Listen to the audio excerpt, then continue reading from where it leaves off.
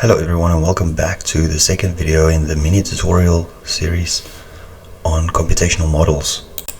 In the first tutorial video we mainly restricted our attention to the instructional model of computation, and we will continue to do so to gain a better insight about the mathematics as well as the arithmetic and the logic that is performed by the CPU.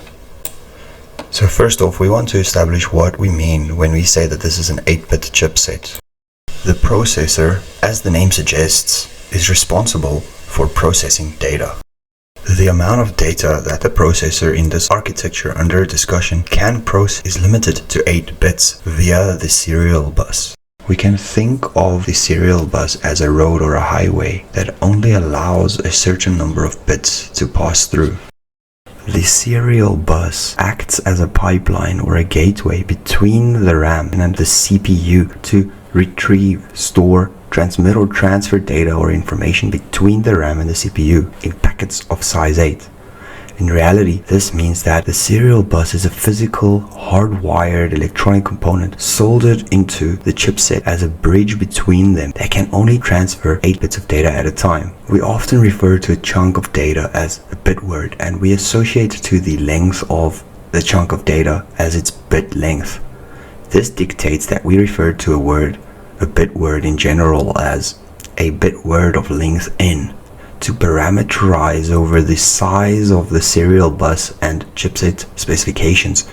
If a wider piece or chunk of data is to be processed by the CPU via program's instructions for some reason or replication purposes, then the register counter, which keeps track of the program's steps, will not be incremented until all the information on queue have been received for processing. Instead, it will await the trailing bits and pieces to build up all the original data temporarily stored in the program cache. In the remainder of this discussion, we will parameterize the length or width of a chunk of data and consider or investigate what happens on 32, 64, and in general n-bit machine chipsets as well. The notation for a bit word of length n is written as an n-tuple or a vector in the form x equals angle brackets, where each x subscript I represents a coefficient for the base 2 power series representation of a decimal integer, where of course each I represents the index of the coefficient. Since the above general n-bit word notation may be confusing for first-timers, let us contrast the binary base 2 and decimal base 10 number systems and first gain some familiarity with binary numbers and conversion. In the decimal base 10 number system, we have 10 unique symbols to work with. In contrast with the binary base 2 number system, we only have 2 unique symbols to work with. We will start by discussing how to convert between decimal base 10 numbers and binary base 2 numbers. The number 123 can be written in reducing power series notation as follows, where the powers of 10 correspond to the positioning or radix system for units, tens, hundreds, thousands, etc.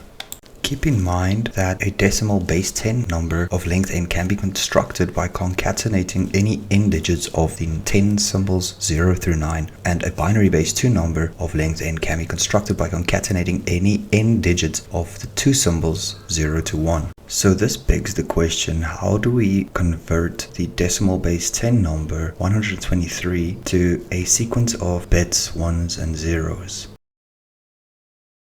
Well, the procedure is similar. We must find a base 2 power series representation for the given number, 123. We start by finding the largest integer power of 2 that can divide into 123 a whole number of times, such that this power of 2 does not exceed the given number. By listing out some of the powers of 2, we have the following sequence. We can see from the above sequence that the decimal number 123 lies between 2 to the 6 and 2 to the 7. It is 123 is less than 2 to the 7 but greater than 2 to the 6. Thus, the largest power of 2 that can divide into 123 a whole number of times is 2 to the power of 6, which is 64. Now we construct the number 123 in a reducing power series base 2 format as follows.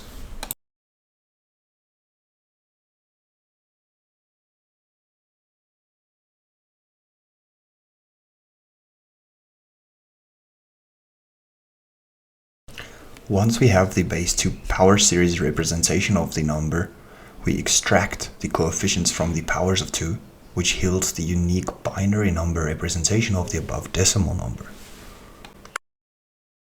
This is exactly the format that we choose to represent decimal number integers in computer memory, provided that we discard the possibility of carrying a sign, like plus or minus.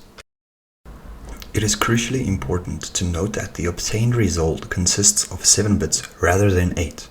Thus, for an 8-bit chipset, the leading 8th bit will be insignificant in this case, but must be included in the sequence of transistor states when storing the number in computer memory cell format. What is the largest integer number that can be represented by 8 bits? What is the largest integer number that can be represented by 32 or 64 bits, etc.? And more generally, what is the largest integer number that can be represented by n bits?